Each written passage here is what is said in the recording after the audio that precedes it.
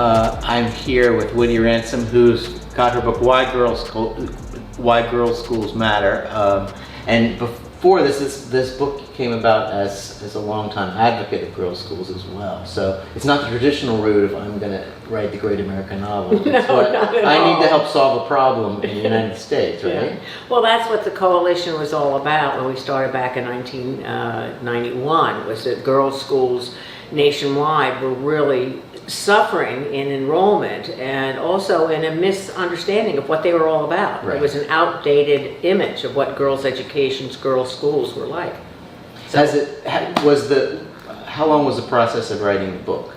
Well, in many ways, the book was in my head for a long time. I had a number of writing courses, and I had done an outline, of what I might write if I ever got around to it. And I had one of my writing teachers saying, "You have got to write this story. It's an origin story. This group, turned the tide in all girls education." So that was sort of in the back of my mind, because now the group is so big. Yes. 500 schools, 14 countries, and as I said, this is an origin story.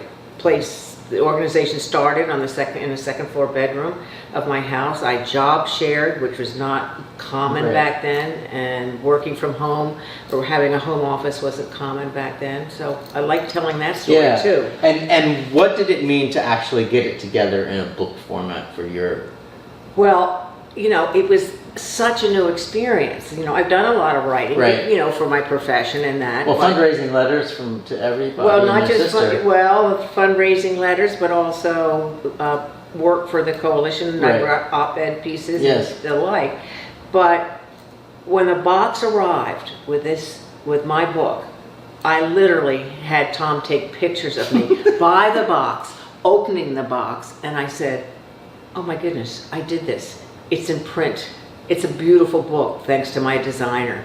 And, but I had, someone jokingly said, "What are you going to write next?" And I said, "I think I ought to write a book called After the Book." And what happened was I was in a rush to get the books done because I had a meeting to go to. And so I opened the box, took out the books, and they fell apart. And I said, "Oh my gosh, how about if everyone at the conference has one that's falling apart?"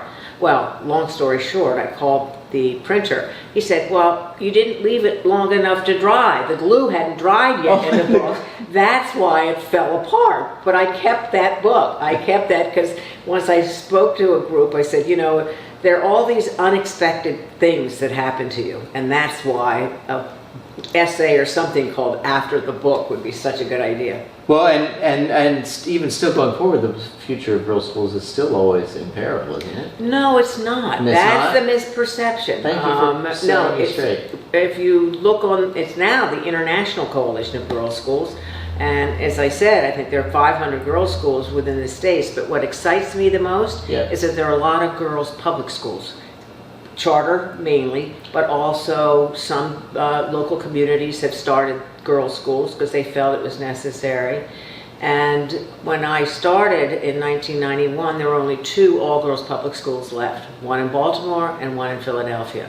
And the coalition, I guess my suggestion, took those schools in at no cost because we knew if they had to go through the public school system, they wouldn't allow them to be belonging to this. But now there are close to 200 all-girls public schools in the state. Many of them charter, but still, good stuff. It is amazing you had to advocate for something that some of the people thought was kind of a given for so long, but I guess people had forgotten. Well, I think people had an outdated image of what girls' schools were like. They thought, oh, that's where girls who can't cope go to school. Oh, yes, that's where girls go and pour tea and wear white gloves. And that was far from what girls' schools were like.